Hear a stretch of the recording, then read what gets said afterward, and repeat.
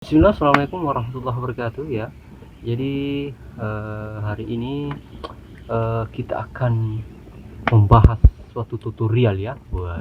Jadi tutorial ini adalah tutorial dimana di channel lain itu jarang, bahkan mungkin tidak ada gitu di channel lain ya. Jadi tutorial ini adalah tutorial masak air. Nah, jadi seperti apa tutorialnya? Simak video ini sampai terakhir ya.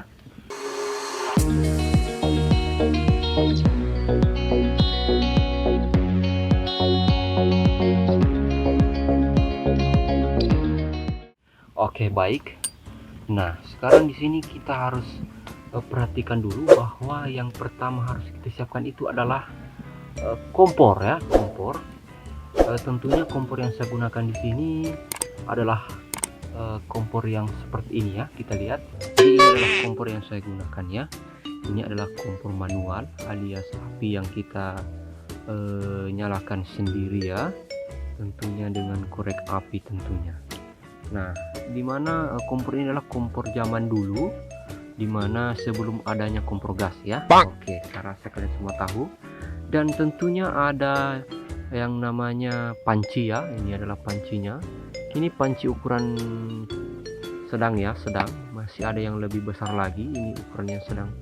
Saya kurang tahu berapa liter ini ya. Terus apa yang harus dipersiapkan ketika masak air? Nah, tentu ketika kita masak air harus memperhatikan apakah yang akan dimasak. Nah, ya kan, karena ini adalah tutorial air, maka yang dimasak adalah air. Nah, ya kan. Oke. Dan kemudian yang harus kita persiapkan selanjutnya adalah bahan bakar api ya. Kira-kira bahan bakar api apa yang harus kita persiapkan? Ya, jadi ada beberapa macam bahan bakar api tentunya ya. Dan di sini yang saya gunakan seperti yang dilihat di video tadi, bahwa saya menggunakan apa namanya ini, sabuk kelapa ya, yang ada tempurungnya seperti ini. Jadi usahakan tempurungnya itu ada ya, ada. Kenapa? Ini fungsinya ada ya, ada fungsinya. Tentu fungsi utamanya ini adalah memperlambat cepat habisnya sabuk kelapa. Iya. Nanti teman-teman bisa praktekkan sendiri di rumah atau dimanapun Anda berada. Silahkan dipraktikkan menggunakan seperti ini ya. Ya, tentu ada dua macam sabuk kelapa di sini. Di sini ada yang pakai tempurung seperti ini dan yang tidak ada tempurungnya. Nah, kira-kira ini yang lebih kecil dan ini yang lebih besar. Kira-kira mana yang cepat habis? Tentu yang cepat habis ini ya, yang tidak pakai tempurung kelapa. Kenapa? Karena tidak punya tempurung kelapa. Ya kan? Jadi dia cepat habis ya.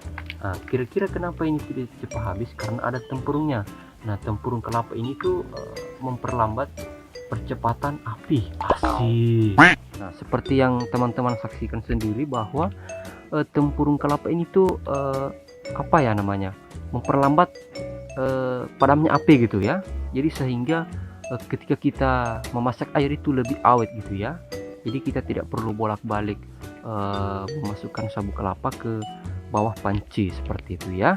Nah, kemudian bahan selanjutnya yang digunakan selain sabuk kelapa itu bisa juga menggunakan kayu bakar ya. Nah, kayu bakar ini ada juga beberapa macam. Yang pernah saya praktekkan ya, itu menggunakan kayu jeruk ya, jeruk intinya kayu jeruk atau kayu biasa gitu ya. Jadi kayu biasa itu seperti apa sih? Kayu biasa itu gimana gitu ya. Pokoknya kayu selain kayu jeruk lah. Nah, saya akan menjelaskan lagi sedikit ketika, tunggu ya, saya masukkan dulu karena sudah mau padam lagi. Oke. Jadi perbedaan kayu jeruk dengan kayu yang lainnya itu tentunya berbeda. Dimana ketika kita menggunakan kayu jeruk itu apinya lebih lamban ya, lebih lamban padam. Kenapa? Karena kayu jeruk itu keras gitu ya, keras. Jadi seperti itulah tutorial memasak air menggunakan sabuk kelapa dengan kayu bakar atau kayu jeruk ya, kayu jeruk. Tentunya kayu jeruk ini jangan langsung diambil dari kebunnya orang ya, harus diminta dulu. Karena kenapa? Karena itu bisa menimbulkan atau bisa menyebabkan pertengkaran antara Anda dengan tetangga Anda ya. Oke, jadi ada beberapa fungsi lagi dari fungsi, tentunya memiliki fungsi masing-masing. Jadi sabuk kelapa ini mempercepat membesarnya api gitu ya. Karena apa? Karena dia sabuk, nah gitu ya, cukup keras sekali. Oke, seperti ini ya. Ini akan sama sekali lagi di sini ya.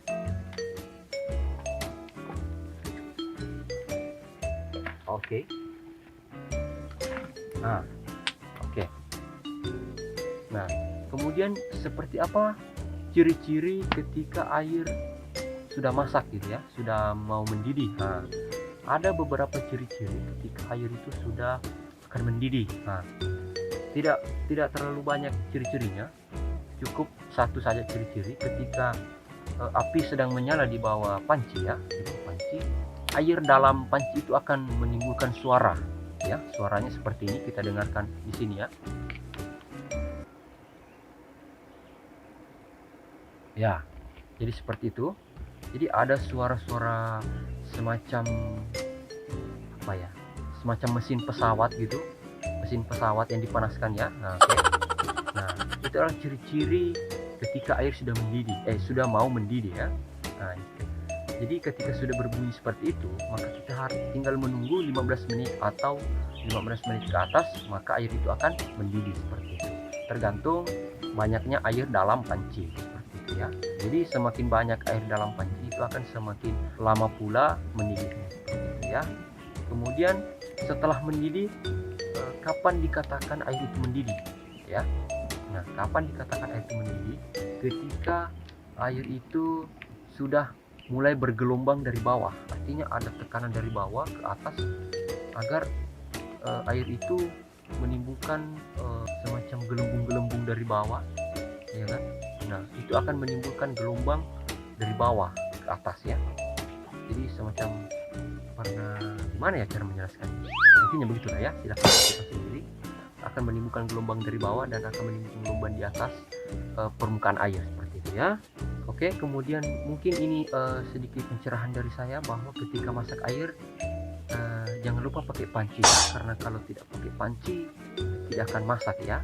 Artinya harus memiliki wadah ya, karena ketika tidak memiliki wadah, tempat menampung air itu tidak ada seperti itu, maka tidak akan terjadi namanya masak air ya. Jadi seperti itu guys. Oke, mungkin cukup sekian tutorial masak air pada video kali ini ya. Mudah-mudahan terhibur ya video-video saya, dan mudah-mudahan tutorial ini bermanfaat sekali bagi kalian semua yang tidak tahu masak air. Nah, jadi seperti itulah caranya masak air ya, mulai dari persiapan alat dan bahan, kemudian bagaimana cara mengoperasikan api di bawah panci ya, seperti itu ya. Kalau tidak mengerti silahkan putar ulang video ini ya, dan kemudian jangan lupa di like, komen, share, dan tentunya subscribe. Jangan lupa nyalakan loncengnya agar ketika saya upload video yang terbaru kalian tidak ketinggalan dengan video-video saya. Jadi cukup sekian sampai sini. Bila itu saya, assalamualaikum warahmatullahi wabarakatuh.